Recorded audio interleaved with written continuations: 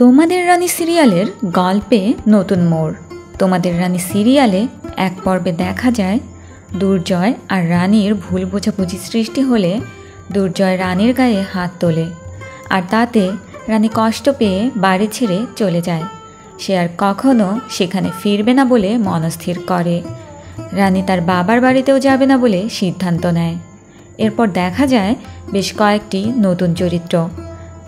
সেখানে আদিত্য চৌধুরীর কোম্পানির বিজ্ঞাপন দেখে রানী সেখানে যায় কাজের সন্ধানে। সেখানে দেখা যায় জনপ্রিয় অভিনেতা সৌরজিৎ ব্যানার্জিকে। আরও দেখা গেল আরেক জনপ্রিয় অভিনেত্রী দোলন রায়কে। রানীকে তারা হয়তো থাকার জায়গা দিবে। অনেকের ধারণা রানীকে আদিত্য চৌধুরী রানীর সাথে দুর্জয়ের মিল হতে সাহায্য করবে। আবার কারো কারো ধারণা আদিত্য চৌধুরী রানীকে ভালোবেসে ফেলবে। দর্শক, আপনাদের কি ধারণা, দুর্জয় আর রানীর মিল হবে নাকি আদিত্য চৌধুরীর সাথে রানীর গল্প এগিয়ে যাবে? কোনটি আপনারা চান তা জানাতে পারেন আমাদের কমেন্ট বক্সে। বিনোদনের আরও আপডেট পেতে স্টার বাংলা গল্পের সাথেই থাকুন। ধন্যবাদ।